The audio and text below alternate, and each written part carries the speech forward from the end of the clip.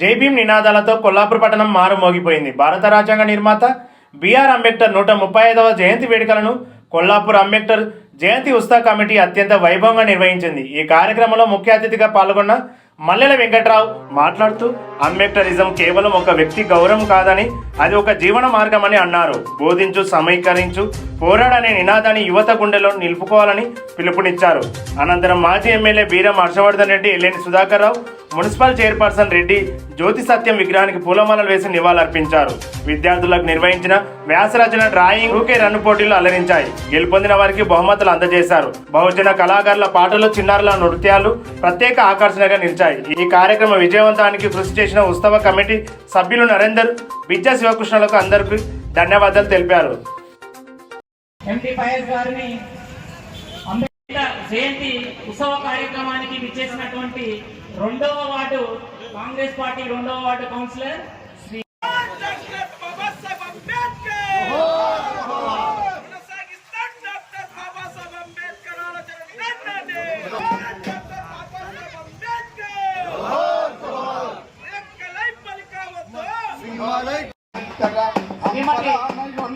Municipal chairman అయినటువంటి శ్రీమతి రెడ్డి జ్యోతి సత్యం గారిని అంబేద్కర్ కు పూలమాలను అలంకరించవలసిందిగా కోరుచున్నాము. అదేవిధంగా మున్సిపల్ వైస్ చైర్మన్ అయినటువంటి గౌరవనీయులు షేక్ రహీం పాషా గారిని అంబేద్కర్ విగ్రహాన్ని ఉన్నత అత్యున్నత వ్యక్తిగా తీర్చిదిద్దుతుంది. అందులో భాగంగానే అమ్మాయి సాధించినటువంటి ఎవరు సాధించిన విద్యాపరంగా వారిని మనం ముందుండి ప్రోత్సహించాలి. వారికి మా అంబేద్కర్ జయంతి ఉత్సవ కమిటీ తరఫున ప్రత్యేక జై భీమ్ తెలుపుతున్నాము. అదేవిధంగా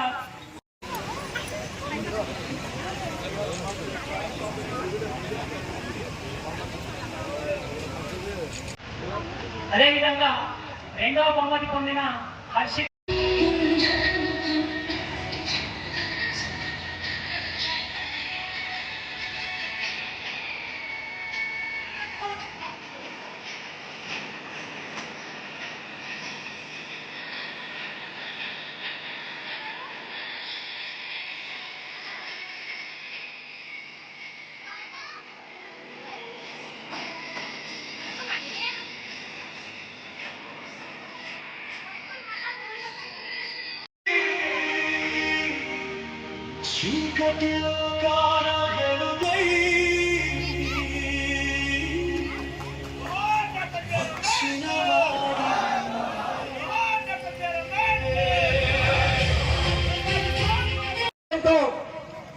ఒక గంటన్నర పాటు ఏ ఒక్కరిని పార్లమెంట్ లేని భారతదేశం, సుప్రీంకోర్టు లేని భారతదేశం, రిజర్వ్ బ్యాంకు లేని భారతదేశం, సైన్యం లేని భారతదేశం, 96 వరకే డాక్టర్ అంబేద్కర్ చేసిన పనులు నేను చెప్పాను. ఇవి లేకుండా రోడ్లు లేని భారతదేశం, కరెంటు లేని భారతదేశం, ఇరిగేషన్ లేని చైర్మన్ అయ్యే అర్హత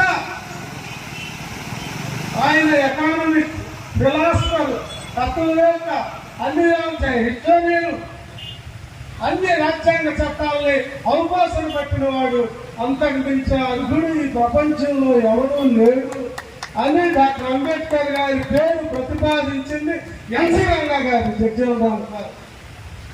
రిజర్వేషన్లో నేను గంటాబద్ధంగా 1కి 1,00,00,000 సార్లు చెప్తా. జగ్జీవన్ రామ్ అని ఆయన రాజ్యాంగ పరిషత్ సభలో ఈ ఎస్సీ ఎస్టీలకి రిజర్వేషన్లు వద్దన్నవాడు జగ్జీవన్ రామ్.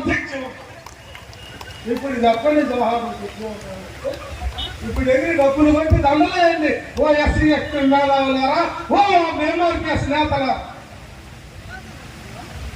అంబేద్కర్ భిక్ష ద్వారా, మేధస్సు ద్వారా ఈరోజు రిజర్వేషన్ రాజ్యాంగంలో వచ్చింది. వద్దన్న రాజ్యాంగంలో, వద్దని సర్దార్ పటేల్ దగ్గర తీర్మానించిన రాజ్యాంగంలో ఆయన చైర్మన్ అయ్యి ప్రత్యేక నియోజకవర్గాలు కావాలని అనుకుంటే రిజర్వేషన్ సాధిస్తే ఎస్సీలకి ఎస్టీలకి రాజ్యాంగంలో వచ్చింది. అది వచ్చిన తర్వాత ఇప్పుడు మనం తెల్ల చొక్కాలు వేసుకొని, కోట్లు వేసుకొని, సూట్లు వేసుకొని, బూట్లు వేసుకొని రకరకాల రాజకీయ పార్టీలు వచ్చాయి. వాళ్ళకి తాళమేళాడుగా ఉంది. మీ ప్రాథమిక హక్కులు పోయినా, నీ రిజర్వేషన్లు పోయినా, నీ బ్యాక్లాగ్ పోయినా, నీ తల్లుల్ని చెల్లెల్ని నీ బిడ్డల్ని ఈ భారతదేశంలో దాదాపుగా ఈ రాష్ట్రంలో 25 లక్షల మంది ఎస్సీ ఎస్టీ తల్లులు, నా చెల్లెలు, నా బిడ్డలు, నా చెల్లెళ్ళు ఆత్మాభిమానాన్ని ఆత్మగౌరవాన్ని చంపుకొని చెంపు తీసుకొని నిస్సిగ్గుగా బహిర్భూమికి వెళ్ళి వచ్చేదానికి పోయేదాన్ని లేచి కూర్చుంటా ఆత్మగౌరవాన్ని చంపుకున్న పీడలు చేసిన నా తల్లులు. ఈ అగ్రకులాల స్త్రీలు కోర్టు మీద చెంపు తీసుకున్నారు. కొన్ని తల్లిని పోయి చూడండి, ఏ బిడ్డలు మొదటి ప్రసవం మొదటి కానుకున్నప్పుడే బాల్యంతరాగాలు వచ్చి పౌష్టికాహారం లేక, పాలు లేక, తిండి లేక ప్రతి సంవత్సరం పుట్టకుండానే చనిపోతా ఉన్నారు 5 లక్షల మంది బిడ్డలు ఎస్సీ ఎస్టీ కుటుంబాల్లో ఉన్న ఈ 3వ ఎరుకలు ఏడాది బిడ్డలు భూమి మీదకి రాకుండానే తల్లికి పౌష్టికాహారం లేదని చనిపోతా ఉన్న ఈ దౌర్భాగ్య స్వతంత్ర భారతదేశంలో మనం జీవిస్తా ఉన్నాం.